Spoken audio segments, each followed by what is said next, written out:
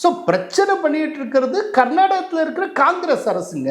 ஆனால் இவர் பெட்டிஷன் போடுறது பிரதமர்கிட்ட. ஆனால் இந்த தில்லாலங்கடியத்தான் கடந்த காலத்தில் திமுகவும் செய்து கொண்டு இருந்தது. அன்னைக்கு காங்கிரஸோட இவங்க கூட்டணி, மேகேதாட்டு, காவி சம்மதம் எது வந்தாலும் சரி, மத்திய அரசுக்கு ஸ்டாலின் உட்காந்து கடிதம் எழுதிட்டு இருப்பாரு. ரொம்ப விவரமா ஒரு கேம் விளையாடுவாங்க. பிரச்சனை எங்க ஆரம்பிச்சிருக்கோ அங்க போய் அங்க சால்வ் பண்ண வேண்டியதுதானுங்க.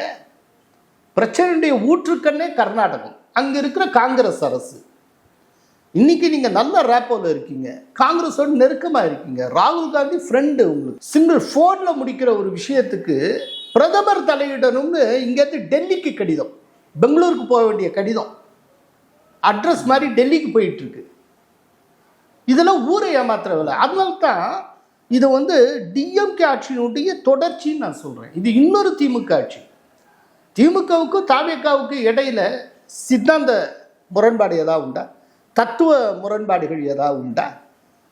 கருத்து முரண்பாடு உண்டா? அவங்க என்ன கொள்கையோ அதே கொள்கையை தான் நீங்க சொல்லிட்டு இருக்கு. ஒண்ணுமே கிடையாது. இது திமுக முகமூடி அணிந்த இன்னொரு கட்சி, அவ்வளவுதான். இது இன்னொரு திமுக.